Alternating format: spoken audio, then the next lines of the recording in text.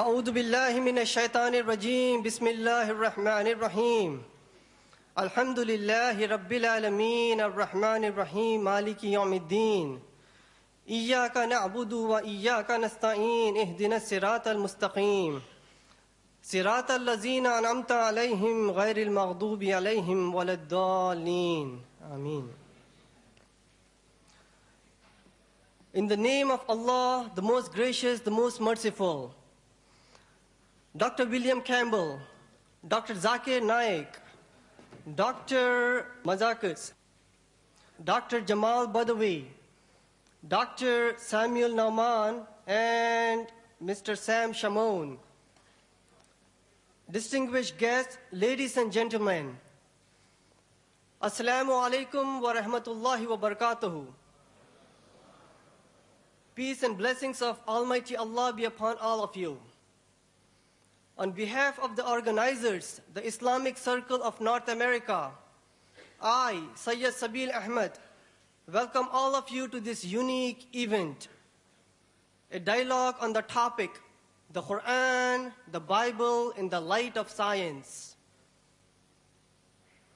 Again, on behalf of Dr. Campbell, Dr. Zakir Naik, Islamic Circle of North America, this dialogue is being held in a spirit of friendship, understanding each other's viewpoints.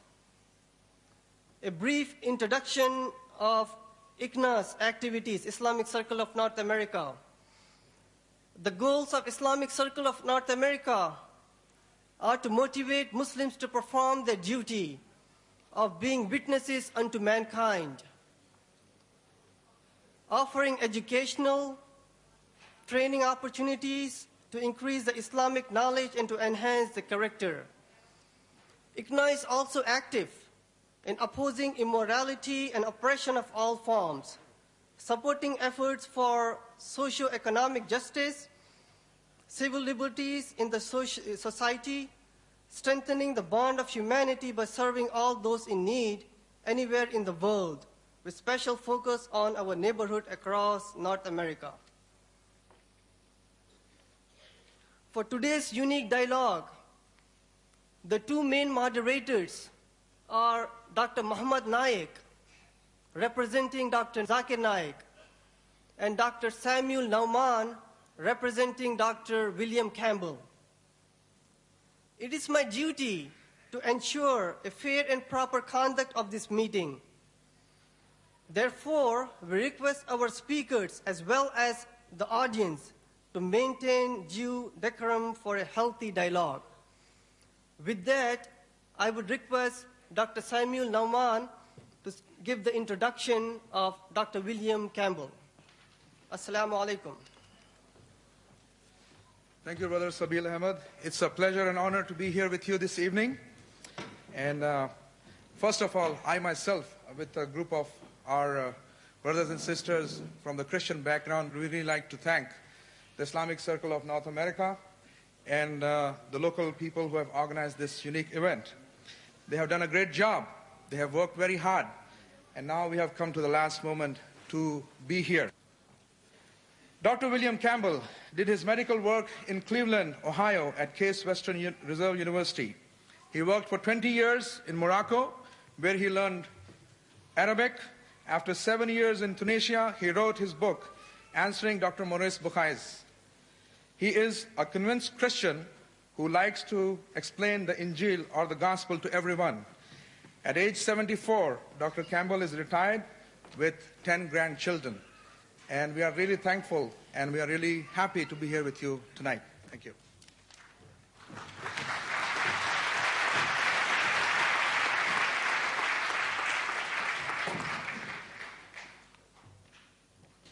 On behalf of the Islamic Research Foundation, I, Dr. Muhammad Naik,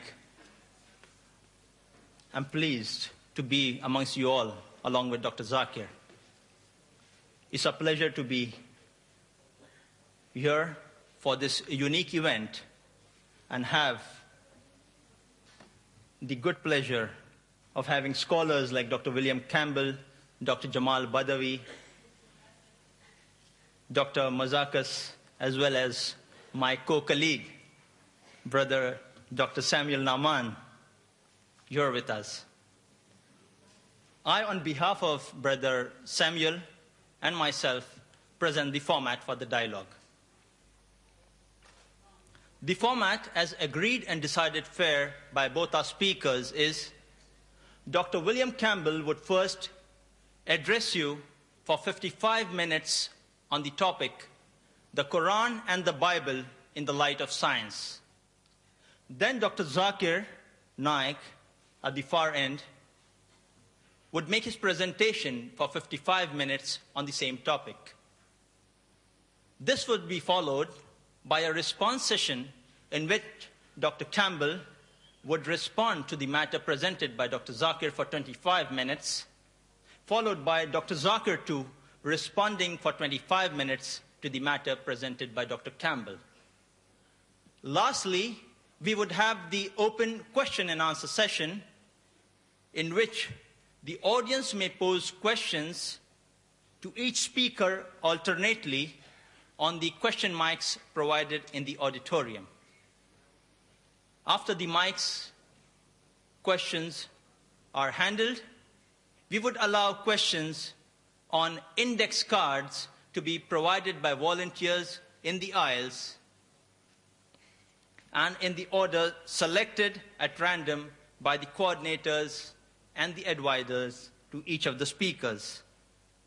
Ladies and gentlemen, to address you today, Dr. William Campbell.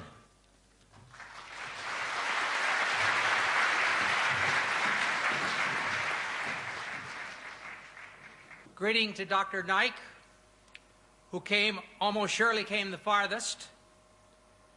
Greeting to Sabil Ahmed and Mohammed Naik. And greeting to the organizing committee. Calling this the ultimate dialogue is a bit of an exaggeration, but it is good advertising.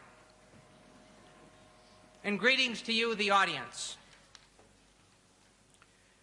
I'd like to also bring greetings in the name of Yahweh, or better known as Jehovah, the great Creator God who loves us.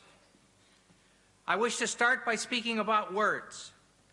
Tonight we are going to speak about the words of the Bible and the words of the Koran. The scholars of modern linguistics tell us a word, a phrase, or sentence means what it meant to the speaker and the person or crowd of people listening. In the case of the Koran, what it meant to Muhammad and those listening to him. In the case of the Bible, what it meant to Moses or Jesus or those listening to them. To check this, we have the context of all the usages in the Bible or the Koran. In addition, there is the poetry and letters of that century.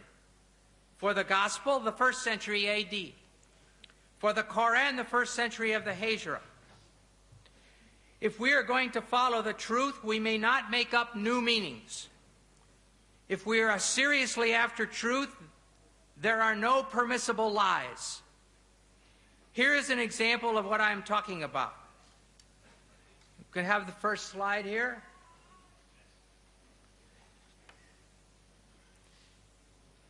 This is talking about 2 dictionaries that I have in my home, one from 1951 and 1991. In these 2 dictionaries, the first meaning, pig, a young swine of either sex, is the same. The second meaning, any swine or hog, any wild or domestic swine, it's the same. Third, the flesh of swine, pork, is the same. Then the meaning, a person or animal of piggish habits, it's the same. A person who is gluttonous. And down here, pouring metal into a pig for pig iron is the same. But over here is a new meaning, a police officer. You need to call the police officers pigs. All right, the question is, in the Torah, it says you can't eat pigs. Well, can I turn around and say, oh yes, that means police officers, you can't eat police officers? Of course not. In the Koran, Allah says can't eat pigs. Can I translate it, can't eat police officers? No. It's wrong. It would be stupid. It would be lying, actually. Mohammed did not mean police officers. Moses did not mean police officers. We may not have any new meanings. We must use the meanings known in the 1st century AD for the Bible, or that is for the Gospel, and the 1st century of the Hijra for the Quran. Now let us look at what the Quran says about embryology. Oh, sorry, got the wrong thing.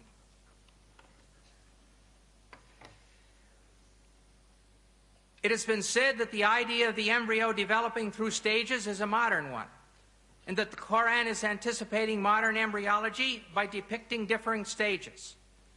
In a pamphlet entitled Highlights of Human Embryology by Keith Moore, Dr. Moore claims the realization that the embryo develops in stages in the uterus was not discussed or illustrated until the 15th century. We will weigh this claim by considering the meaning of the Arabic words used by the Quran, and secondly, by examining the historical situation leading up to and surrounding the Quran. We will start by looking at the main words using the word alaka, main verses. The Arabic word alaka in the singular, or alaq as the collective plural, is used 6 times. In the Surah of the Resurrection, Al-Qiyamah, 75, 35 to 39, we read, "Was he man, not a drop of sperm ejaculated? Then he became alaka, and God shaped and formed and made of him a pair, the male and the female." In the Surah of the Believer, Al-Mu'min, 40:67, it says, "He it is who created you from dust, then from a sperm drop, then from a leech-like clot, alaka, then brings you forth as a child, that perhaps you may understand." In the Surah of the Pilgrimage, Al-Hajj 22:5, it says, "O mankind, if you have doubt about the resurrection, consider that we have created you from dust, then from a drop of seed, then from a clot, alaka, then from a little lump of flesh, shapely and shapeless." And finally, the fullest treatment is in the Surah of the Believers, Al-Mu'minun, 23:12 to 14, which reads, "Verily, we created man from a product of wet earth, then placed him as a drop of seed in a safe lodging. Then we fashioned the drop a clot, alaka, and of the clot we fashioned a lump, and of the lump we fashioned bones, and we clothed the bones with meat. Then we produced it as another creation." And here you have the stages according to the Quran. Nutfa, sperm; alaka, clot; mudagha, piece of meat; adam, bones; and the 5th stage, dressing the bones with muscles. Over the last 100+ years, this word alaka has been translated as follows. There's 10 translations here. I'm not going to read them all. 3 are in French, where it says un gommot de sang, or a clot of blood. 5 versions are English, where it's either clot or leech-like clot. 1 version is in Indonesian, at the bottom there, segumpal darah, lump of or clot of blood. And the last one is Farsi, khun basta, a clot of blood. As every reader who has studied human reproduction will realize, there is no stage as a clot during the formation of a fetus. So this is a very major scientific problem. In the dictionaries of Wer and Abdanur, the only meanings given for alaka in this feminine singular are clot and leech. And in North Africa, both of these meanings are still used. Many patients have come to me to ask for a clot to be removed from their throat. And many women have come to me and told me their period didn't come. When I say, "I'm sorry, I can't give you medicine to bring your period because I believe that's a baby," they would say, "Mazel dim, it's still blood." So they were understanding these ideas of the Quran. Lastly, we must consider the first verses which came to Muhammad in Mecca.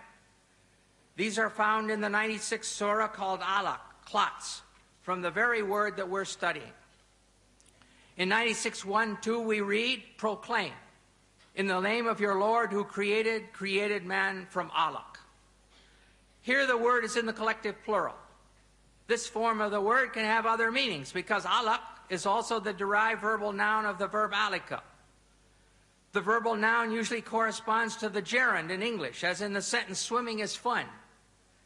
Therefore, we could expect it to mean hanging or clinging or adhering. But the 10 translators listed above have all used clot, or congealed blood, in this verse too.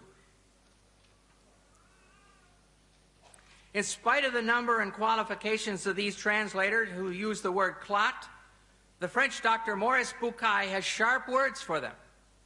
He writes, "What is more likely to mislead the inquiring reader is once again the problem of vocabulary. The majority of translations describe, for example, man's formation from a blood clot. A statement of this kind is totally unacceptable to scientists specializing in the field. This shows how great the importance of an association between linguistic and scientific knowledge is when it comes to grasping the meaning of Quranic statements on reproduction." Put in other words, Bucaille is saying, nobody has translated the Quran correctly until I, Dr. Bucaille, came along. How does Dr. Bucaille think that it should be translated? He proposes that instead of clot, the word alaka should be translated as something which clings, which would refer to the fetus being attached to the uterus through the placenta. But as all you ladies who've been pregnant know, the thing which clings doesn't stop its clinging to become chewed meat.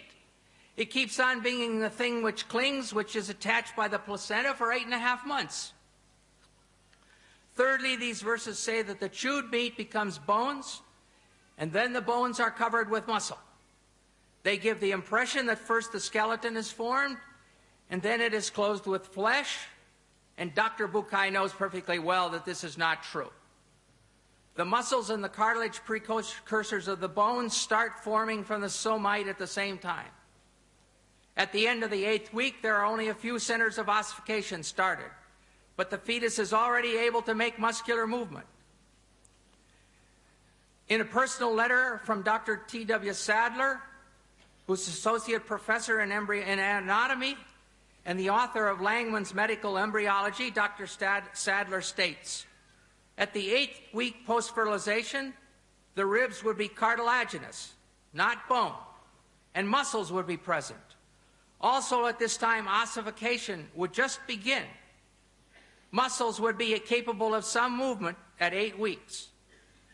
It's always better to have 2 witnesses, so we shall see what Dr. Keith Moore has to say about the development of bones and muscles in his book, The Developing Human. Extracted from chapters 15 and 17, we find the following information. The skeletal system develops from mesoderm. The limb muscles develop in the limb buds that are derived from this somatic mesoderm. We see that here on this slide.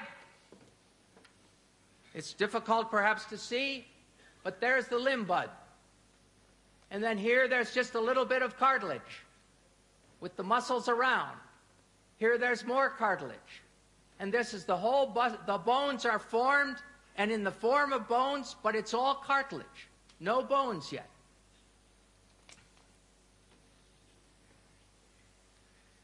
This second slide shows how it forms. Here's the cartilage. Now, just the bone looks like cartilage. And then it starts to have some calcium deposited. And then it starts to have ossification and bone formed.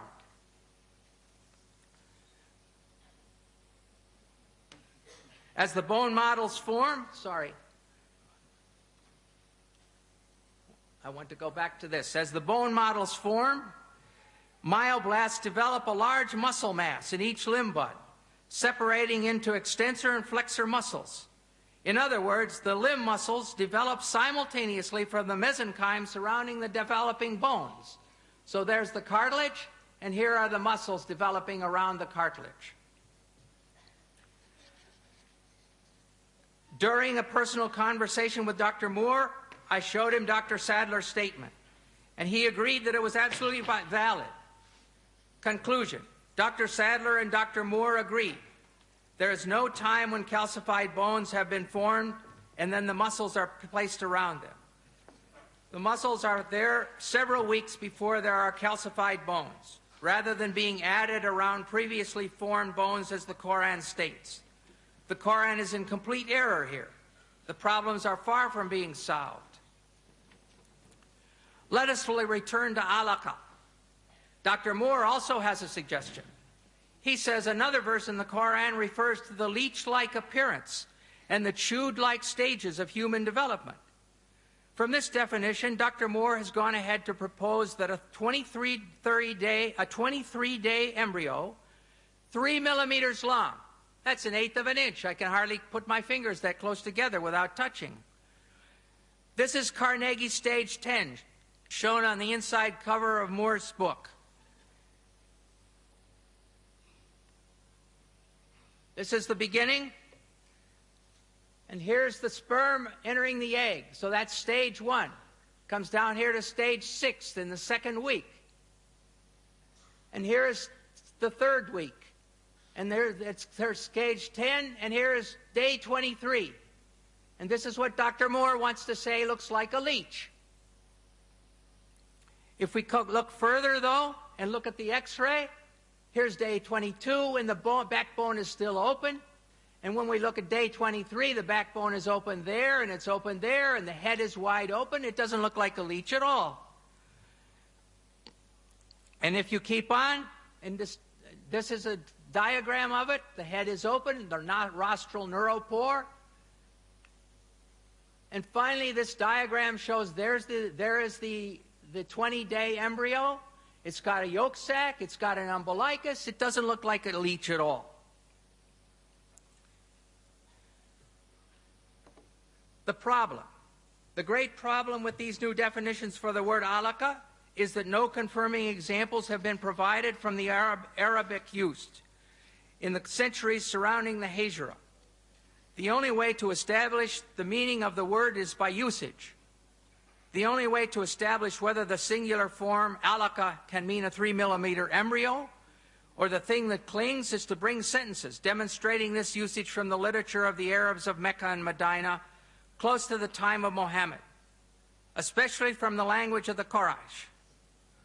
This will not be an easy task because much work has already been done on the clear Arabic of the Quraysh.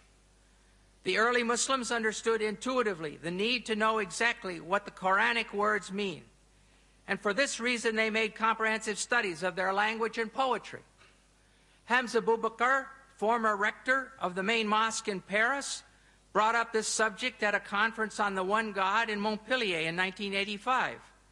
He posed the question to the audience: has the comprehension of the text of the Quran known at the time of Muhammad remained stable? And his answer was, ancient poetry shows that it has.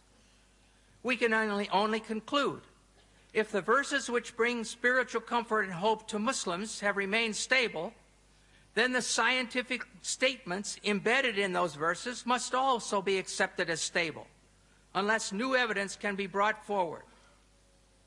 This is especially important since some of the verses say that this information is a sign. The Surah of the Believer, as we saw above, says, He it is who created you from dust, then from a sperm drop, then from a clot, alaka, that perhaps you may understand. And in the Surah of the Pilgrimage, he said, O mankind, if you have doubt about the resurrection, consider. Therefore, the question must be asked. If it was a clear sign to the men and women of Mecca and Medina, what did they understand from the word alaka, which would lead them to faith in the resurrection? The answer. We are going to examine the historical situation leading up to the time of Muhammad to see what Muhammad and his people believed about embryology. We will start with Hippocrates. According to the best evidence, he was born on the Greek island of Kos in 460 BC. And he has stages. His stages are as follows.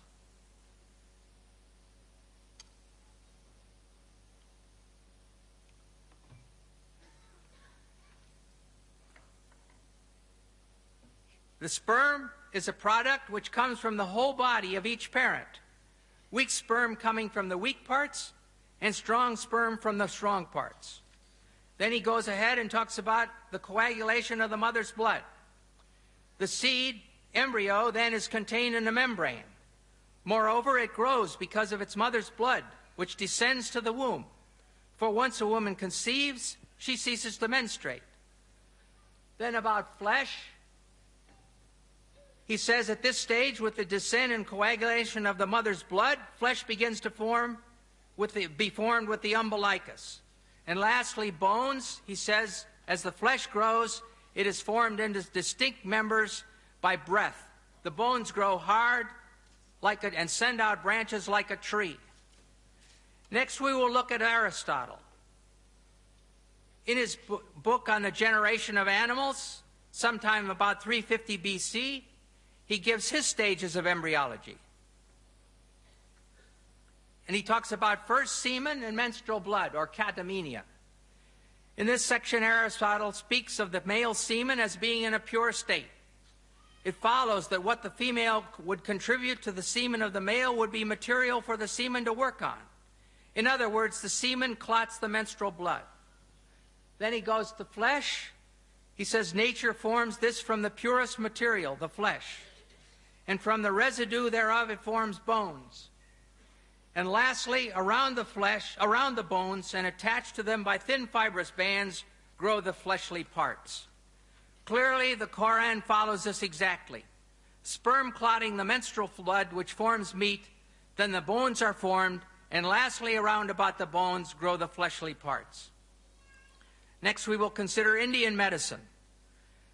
The opinion of Charaka in 123 AD and Susruta is that both the male and female contributed seed.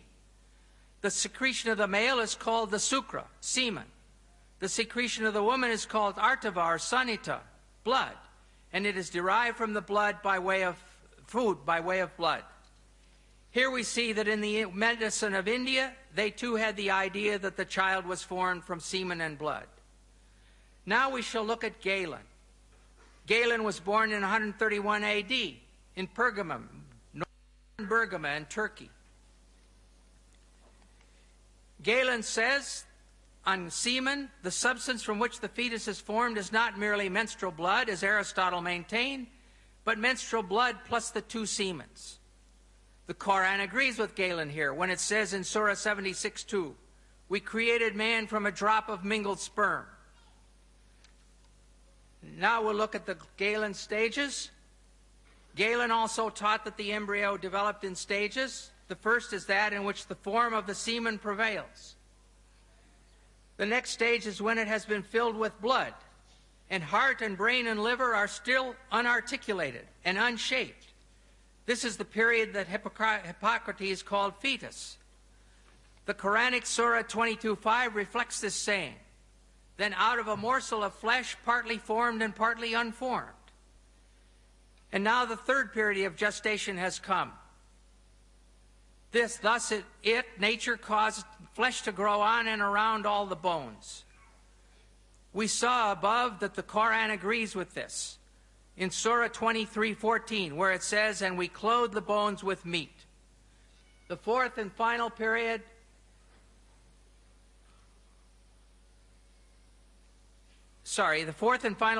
is at the stage when all the parts in the limbs have been differentiated.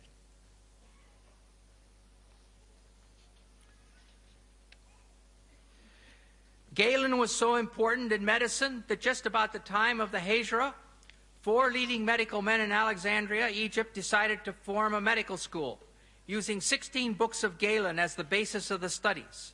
This continued up to and including the 13th century. We must now ask ourselves, what was the political, economic, and medical situation in Arabia at the time of Muhammad? From the Hadramaut in Yemen, the caravans of the spice trade passed north through Mecca and Medina and then reached into all of Europe. In northern Arabia, in about 500 AD, the Ghassanids took over, and by 528, they controlled the Syrian desert over to the outskirts of Medina. Syriac, a form of Aramaic related to Arabic, was their official language. As early as 463, the Jews translated the Torah and Old Testament from Hebrew into Syriac. The British Museum has a copy. This made it available to the Ghassan, who were Christians, and to the Jewish tribes in Arabia. During this time, Sergius al-Rasaini, who died in Constantinople in 536, one of the earliest and greatest translators from Greek into Syriac, translated various works on medicine, including 26 works of Galen. This made them available in the kingdom of Khosrow I in Persia and to the Ghassan tribe whose influence extended to the outskirts of Medina. Khosrow I, Arabic Kisra, king of Persia, was known as Khosrow the Great. His troops conquered areas as far away as Yemen, and he also loved learning and started several schools.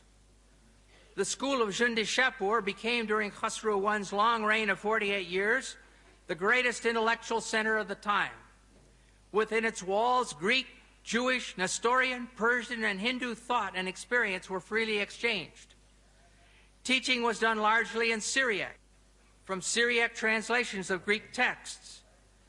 This meant that Aristotle, Hippocrates, and Galen were readily available when the medical school at Jundi Shapur was operating during his reign. The next step was that the conquering Arabs compelled the Nestorians to translate their Syriac texts of Greek medicine into Arabic. The translation from Syriac to Arabic was easy, as the two languages had the same grammar. Concerning the local medical situation during Muhammad's life, we know there were physicians living in Arabia during this period. Harith ben Khalada was the best educated physician trained in the healing arts.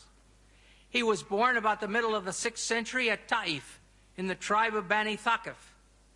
He traveled through Yemen and then Persia, where he received his education in the medical sciences at the great medical school of Jundi Shapur, and thus was intimately acquainted with the medical teachings of Aristotle, Hippocrates, and Galen. Having completed his studies, he practiced as a physician in Persia, and during this time he was called to the court of King Khosrow, with whom he had a long conversation. He came back to Arabia about the beginning of Islam and settled down at Taif. While there, Abu al-Khair, a king of Yemen, came to see him in connection with a certain disease, and on being cured, rewarded him with much money and a slave girl. Though Harith ben Khalada did not write any book on medicine, his views on many medical problems are preserved in his conversation with Khosrow. About the eye, he says that it is constituted of fat, which is the white part. And then the second is constituted with water, which is the black part, and of wind, which constitutes the eyesight. Well, these things we know to be wrong now, but this was Greek thought. All this goes to show the acquaintance of Harith with the Greek doctors.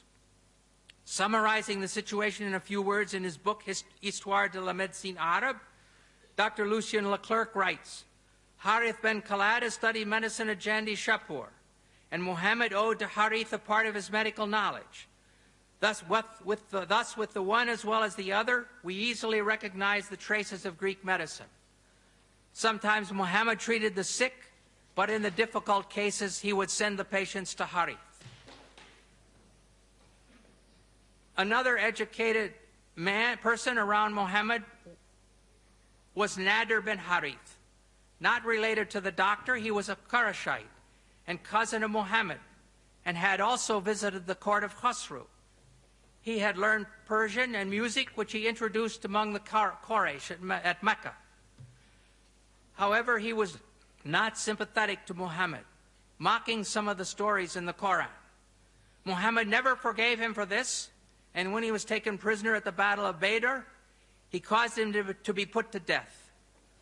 In summary, we see that 1, Arabs living in Mecca and Medina in 600 had political and economic relations with people from Ethiopia, Yemen, Persia, and Byzantine. A cousin of Muhammad knew Persian well enough to do his musical studies in it.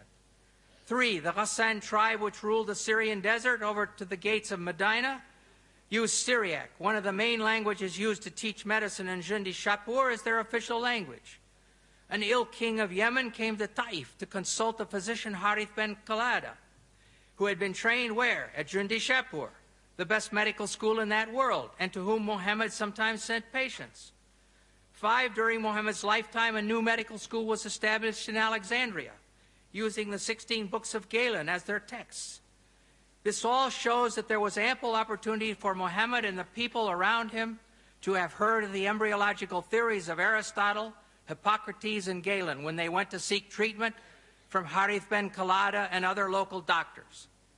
Thus, when the Quran says in the late Meccan Surah of the Believer, 40:67, He it is who created you from dust, then from a sperm drop, then from a leech-like clot, that perhaps you may understand. And then in the Surah of the Pilgrimage, O mankind, if you have doubt about the resurrection, consider what we have created, that we have created you from dust. It is correct for us to ask again, what were they to understand? What were they to consider? And here are the Quranic stages again. Nutfa, sperm. Alaka, clot. Mudagha, piece of meat. Adam, bones. And 5, dressing the bones with muscles. The answer is very clear. They were understanding and considering that which was common knowledge, the embryological stages as taught by the Greek physicians. I don't mean that Muhammad's listeners all knew the names of the Greek physicians, but they knew the embryological stages of the Greek physicians. They believed that the male sperm mixed with the female menstrual blood to cause it to clot, and this became the baby. 2, they believed there was a time when the fetus was formed and unformed. 3, they believed the bones formed first and then were covered with muscle. Allah was using that common knowledge as a sign encouraging the listeners and readers to turn to Him. The trouble is that this common knowledge was and is not true. Arab physicians after Muhammad. We must now look at 2 well-known physicians from the period after Muhammad. Obviously, they had no effect on the Quran, but they demonstrated that faith in the embryological ideas of Aristotle, Hippocrates, and Galen continued among the Arabs right up to the 1600s. If the correct translation of alaka is leech-like substance, as modern Muslims like Shabir Ali claim, there is no place where these post-Quranic doctors said so. In fact, it's just the opposite. The ideas of these Greek physicians were being used to explain the Quran, and the Quran was quoted to enlighten the meaning of the Greek physicians. The human being takes its origin from 2, this is speaking about Ibn Sina, or Avicenna. The human being takes its origin from 2 things. The male sperm, which plays the part of factor. The female sperm, first part of the menstrual blood, which provides the matter. Thus we see that Ibn Sina gave the female semen exactly the same role that Aristotle had assigned to the menstrual blood. It is difficult to overstate the importance of Ibn Sina as a scientific and philosophical authority for the pre-modern Europeans. Then we're going to look at Ibn Qayyim al-Jawziyah. Ibn Qayyim took full advantage of the agreement between Quranic revelation and Greek medicine. This is not very clear, probably, but the Hippocrates is in purplish, and the Quran is in bold type, green, and the Hadiths is in purple, and commentaries are in red, and his own thoughts in sort of a blue-green. So it starts out, he says, Hippocrates said in the 3rd chapter of Kitab al-Jinnah, al-Ajinnah, the semen is contained in a membrane, and it grows because of the blood of its mother, which descends to the womb. Some membranes are formed at the beginning, others after the 2nd month, and others in the 3rd month. And this phrase about the blood descending to the womb, we saw it when we looked at Hippocrates' slide. That is why God said, here the Quran is mentioned, He creates you in the womb of your mothers, by one formation after another, in 3 darknesses. That's Quran 39:6. Then He gives His own ideas. Since each of these membranes has its own darkness, when God mentioned the stages of creation and transformation from one state to another, He also mentioned the darknesses of the membranes. Most commentators explain, and here are the words of the commentators, it is the darkness of the belly, and the darkness of the womb, and the darkness of the placenta. In a second example, we read, Hippocrates said, the mouth opens up spontaneously, and the nose and ears are formed from the flesh. The ears are opened, and the eyes, which are filled with a clear liquid. The prophet used to say, I worship Him who made my face and formed it and opened my hearing and eyesight, and so forth. Here we look at Hippocrates again. And there in the second stage is the same thing we just read. Ibn al-Qayyim is quoting Hippocrates and speaks of the mother's blood descends around the membrane. He could do this, as we have seen, because the educated people of Muhammad's time were familiar with Greek medicine. However, what is important for us here today to realize is that there is no place where the Quran corrected Greek medicine. There is no place where Ibn Qayyim was shouting, "Hey, you guys, you've got this all wrong. The correct meaning of alaka is that which clings or leech-like substance." On the contrary, Ibn Qayyim was demonstrating the agreement between the Quran and the Greek medicine, their agreement in error. A final witness is the commentary of Baidawi in 1200 AD. Here we have the commentary, we have the Quran here, and we have his commentary, and here it's been translated, and he says, then from alaka, a piece of solid blood is his explanation of alaka. Alaka is underlined, that's from the Quran. And here's his explanation, a piece of solid blood. Then he goes on, then from a piece of meat from the Quran. A piece of meat originally as much as can be chewed, and so forth.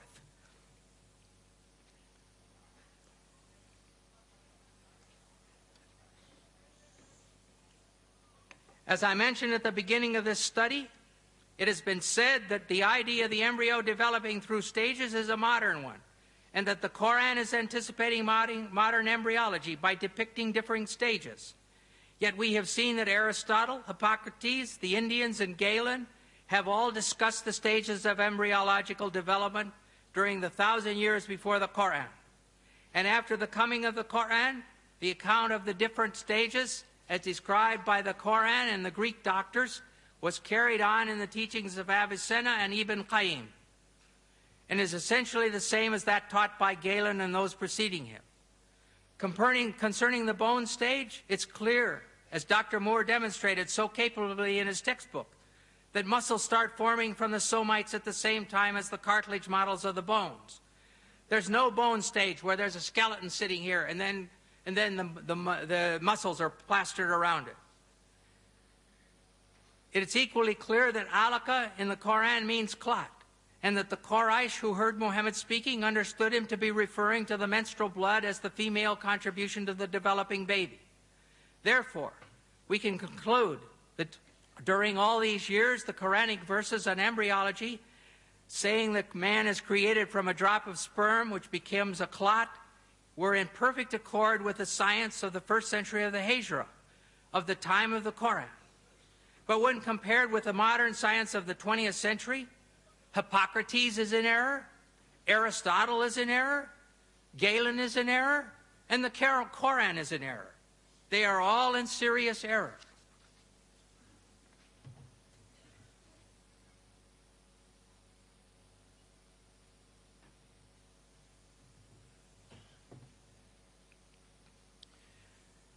Now we're going to look at a little bit about moonlight. Does the Quran state that the moon gives off reflected light from the sun? Before this was common knowledge. In the Surah of Noah, 71, 15, 16, it says, "See ye not how Allah has created the seven heavens one above another, and made the moon a light, nur, in their midst, and made the sun as a lamp, siraj?" The moon is called a light, Arabic nur, and the sun a lamp, siraj. Some Muslims claim that since the Quran uses different words, speaking about the light of the sun and the light of the moon, it reveals that the sun is a source of light, while the moon only reflects light.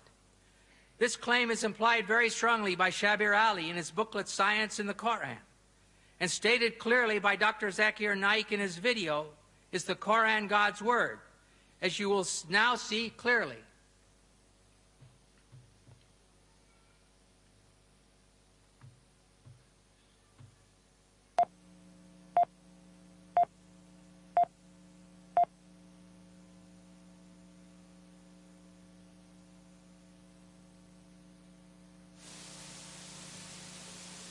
The light that we have, the light that we obtain from the moon, where does it come from? So he will tell me that previously we thought that the light of the moon was its own light.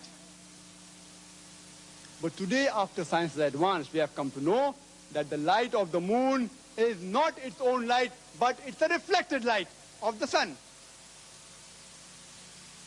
I will ask him a question. That it is mentioned in this Quran, in Surah Al-Furqan, chapter number 25, verse number 61. Blessed is he who has created the constellation and placed therein a lamp and a moon, which has reflected light. The Arabic word for moon is qamar. And the light described there is munir, which is borrowed light, or nur, which is a reflection of light. The Quran mentions that the light of the moon is reflected light. You say you discovered it today. How come it's mentioned in the Quran 1400 years ago? He will pause for a time. He won't reply immediately. And then may say, maybe it's a fluke. I don't argue with him. For sake. Near the end of the video, we heard Dr. Naik explain the Arabic word for moon is qamar, and the light described there is munir, which is borrowed light, or nur, which is a reflection of light. Please do not forget what he said. Munir is borrowed light, and nur is reflected light. Not only is this claimed to be a statement in keeping with scientific truth, but it is also claimed to be scientifically miraculous, since this was supposedly only discovered relatively recently. It is correct that the moon does not emit its own light, but only reflects the light of the sun. But this was known already almost 1,000 years before Muhammad. Aristotle, in about 360 BC, discussed knowing that the earth was round by its shadow on the moon. He could only speak of the earth's shadow crossing the moon if he knew that moonlight is reflected light. If you still insist that this is a miracle of scientific knowledge, then we must ask ourselves, do the Quranic words themselves support this claim? Siraj. First we shall look at Siraj. In Surah Noah, which was read above, in Surah Al-Furqan 25:61, it is simply lamp, referring to the sun. In Surah An-Naba 78:13, Sirajan Wahjan means a dazzling lamp, again indicating the sun. The words nur and munir come from the same Arabic word, root. The word munir is used 6 times in the Quran. 4 times, Surahs Al-Imran 3:184, Al-Hajj 22:8, Luqman 31:20, and Fatir 35:35. It is the phrase Kitab al-Munir, which Yusuf Ali translate as a book of enlightenment, and Pickthall uses the scripture-giving light. Clearly, this indicates a book which is radiating the light of knowledge. Nothing about reflection. Nur. It says in Surah Noah 71:16 and Yunus 10:5 that Allah made the moon a light. Thus we find that the Quran says that the moon is a light, and it never says that the moon reflects light. Moreover, in other verses, the Quran says that Allah is a nur, a light. Surah An-Nur 24:35, one of the most beautiful passages in the Quran, reads, Allah is the light, nur of the heavens and the earth.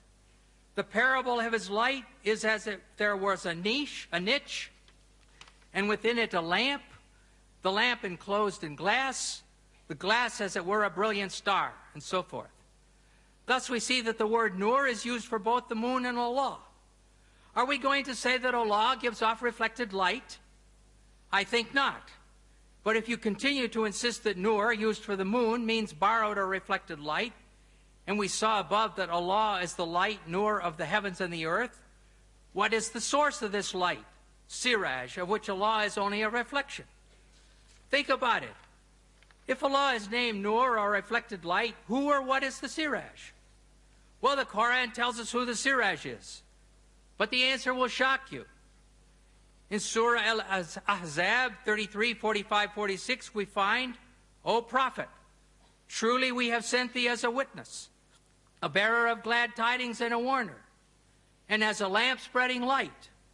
Here it says that Muhammad is the lamp spreading light. In Arabic, it is wasirajan muniran. Linguistically and spiritually, this is the end of the discussion.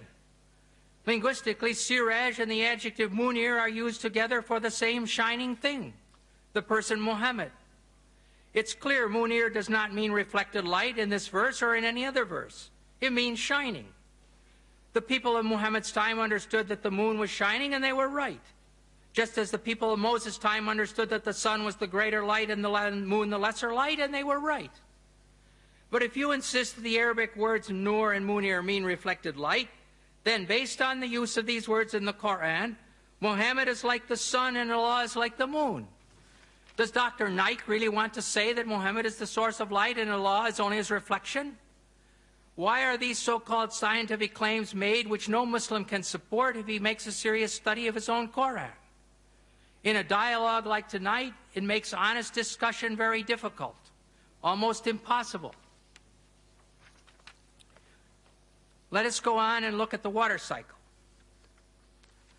Some Muslim authors claim that the Quran shows pre-scientific knowledge of water cycle. What is the water cycle? Here in this slide, you see 4 steps. The first step is evaporation. The water evaporates from the seas and the earth. Second step, it becomes clouds. Third step, it gives rain. And fourth, this rain causes the plants to grow. This is all very straightforward, and everybody knows 2, 3, and 4. Even if they live in a town, they know the clouds come and rain comes and their flowers grow. But what about step 1, the evaporation? You can't see it. It's difficult. And the Quran does not have step 1.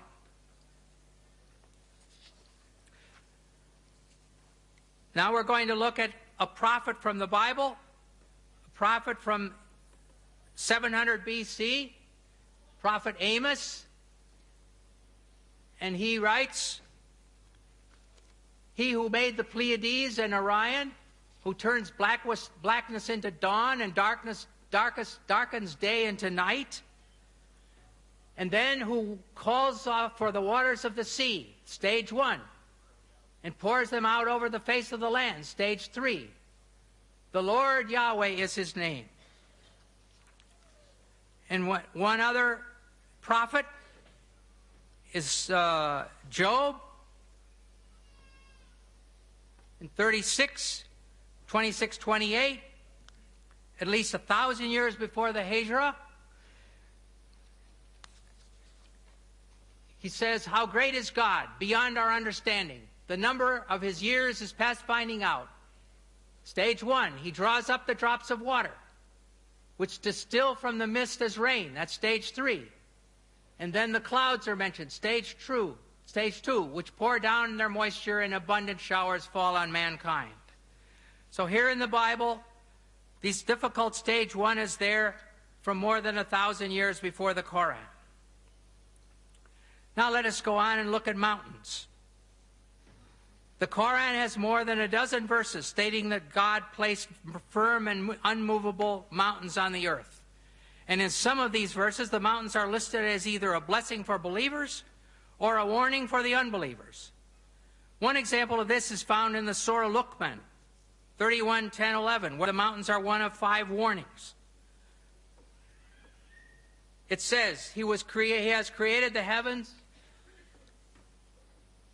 It says He has created the heavens without supports that you can see, and has cast Al-Ka onto the earth firm mountains, Rawasiya, lest it should shake with you.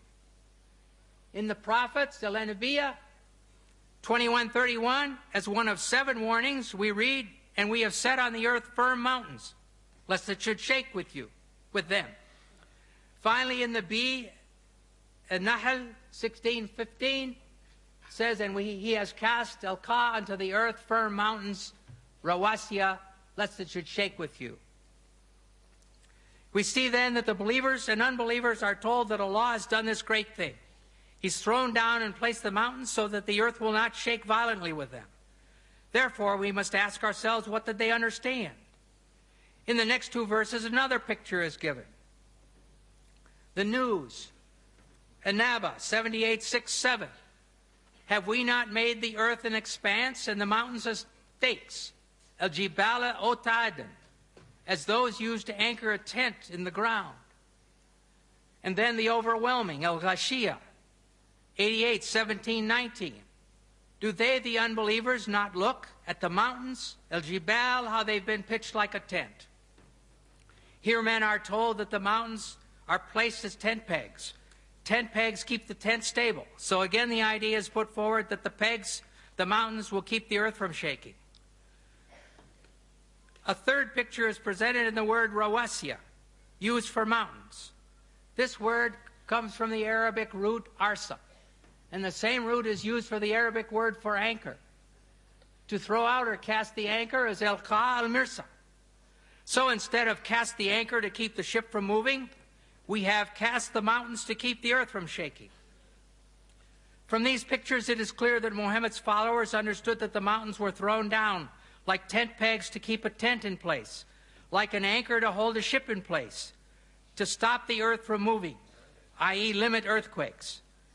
But in fact, this is false. The forming of mountains causes earthquakes. Therefore, these verses present a definite problem. Dr. Maurice Bukai recognized this and discussed them in his book, The Bible, the Quran, and Science. After quoting the above verses about mountains, he says, modern geologists describe the folds in the earth as giving foundation to the mountains, and the stability of the earth's crust results from this phenomenon of these folds. When asked about this, Professor of Geology Dr. David A. Young says, while it is true that many mountain ranges are composed of folded rock, and the folds may be of large scale, it's not true that the folds render the crust stable. The very existence of the folds is evidence of instability in the crust. In other words, mountains don't keep the earth from shaking. Their formation caused and still causes the surface of the earth to shake. Geological theories at the present time propose that the hardened crust of the earth is made of sections or plates, which slowly move in relation to each other. Sometimes the plates separate, like North and South America separating from Europe and Asia, and Europe and South Africa. And sometimes they go together, and they slide next to each other, and they bump into each other. And then they cause earthquakes. An example this time of mountain formation is found in the Middle East, where the migration of Arabia toward Iran has resulted in the Zagros range in Iran. In many parts of the world, as one travels along the roads, one sees a hillside where the sandstone layers, which were horizontal when they were deposited, are now sticking up at angles. And so here you can see these sandstone layers, which were horizontal in the beginning, now they're sticking up at 75 degrees, where they were pushed up there by an earthquake, by the mountains being formed. Sometimes the plates get caught on each other and stop sliding. During this period, great forces are built up. When the forces of friction are overcome, the piece of plate that was stuck lurches forward, causing the shock wave of a thrust quake. And all of a sudden it goes thunk like this. In a recent earthquake, it was calculated that the Cocos plate in Mexico suddenly jumped forward 3 meters. Well, if your house suddenly jumped 3 meters, it would be a catastrophe. Another type of mountain is that formed by volcanoes. Lava and ash from inside the earth are thrown out and piled up until a high mountain is formed, even from the bottom of the sea.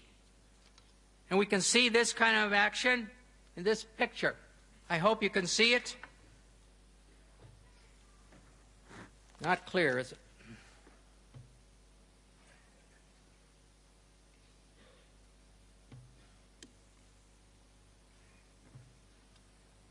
The ocean crust is right here, and the continental crust is there, and the oceanic crust is going down under the continental crust, and mountains have been formed here. Here's a volcano, and here is the magma, or the molten rock, going up through the volcano. And here's another volcano with magma going up. And so this is how the mountains are formed, and earthquakes are formed.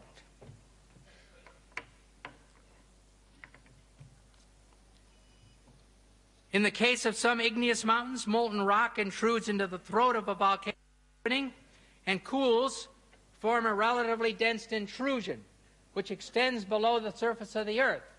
So if this got stuck and sealed, then it would be like a plug. However, it's not a root. It does not bear the weight of the mountain. It's really a plug. Therefore, on occasion, pressure builds up under the plug, and the volcano explodes, as happened in the South Pacific at Krakatoa in 1883, when the whole island was blown away. And it happened in Mount St. Helena in our days, when the mountain was blown away. We can conclude from this information that mountains were formed originally with movement and shaking, and that now, in the present, earthquakes are caused by their continued formation. When the plates buckle over each other, there are earthquakes. When the volcanoes erupt, there can be earthquakes. However, it is clear that the followers of Muhammad were understanding these verses to say that Allah threw the mountains down as tent pegs or anchors to keep the earth from shaking. Throwing the mountains down into the earth may be poetry, but to say that mountains keep the earth from shaking is a severe difficulty, which is out of step with modern science. Now we're going to take a little look at what the sun says about the Quran says about the sun.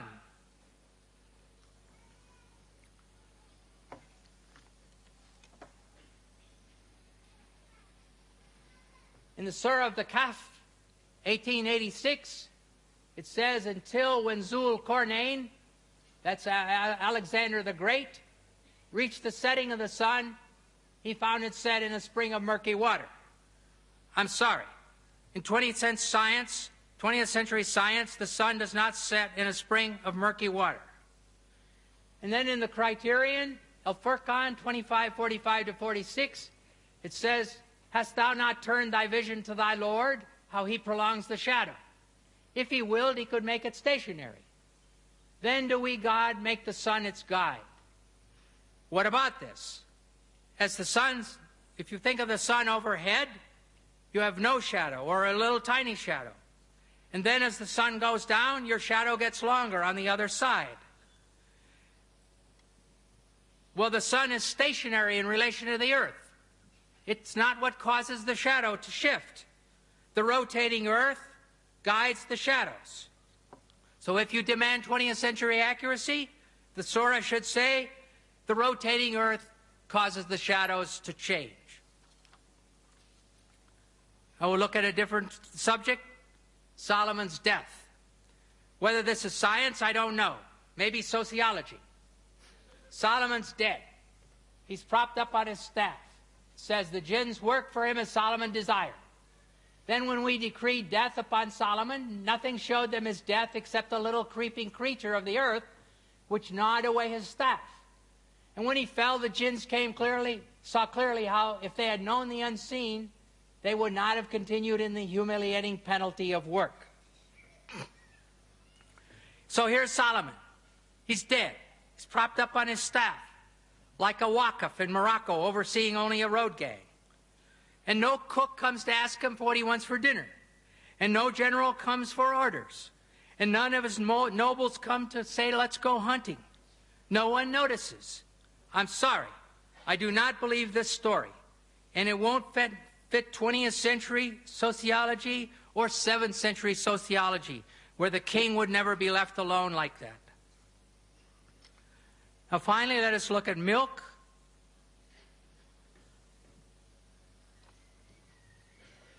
It says in the Surah of the Bee, An-Nahl 16:66, we pour out to you from what is within their abdomen, the cattle's abdomen, between excretions and blood, milk, pure and agreeable to the drinkers. The abdomen where the intestines are, in 20th century medical science, the abdomen where intestines are is where the intestines are. The mammary glands are under the skin. In humans, they're under the skin here. In cattle, they're under the skin between the legs. No connection. There's no connection between the breasts and the intestines and their feces in any way. Feces, though in the body, it really is outside of the animal. Animal's finished with it. It's not connected to milk or to anything else. And finally, going to look at communities. The Surah of the Cattle, Al-An'am 638, there is not an animal on the earth, nor a being that flies on two wings, but forms communities like you. Speaks about no animal on earth, not a being that flies. And then it says that every one of them is communities like you.